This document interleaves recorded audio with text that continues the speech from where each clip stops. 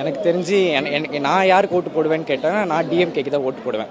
ஏன்னா இப்போது வந்து எனக்கு வந்து பிஜேபி ஆர்எஸ்எஸ் உள்ளே வரக்கூடாது. பிஜேபி ஆர்எஸ்எஸ் உள்ளே வரக்கூடாதுன்னா கொள்கையை வந்து ஸ்ட்ராங்காக இப்போ ஃபாலோ பண்ணுறது வந்து திராவிடம் தான்.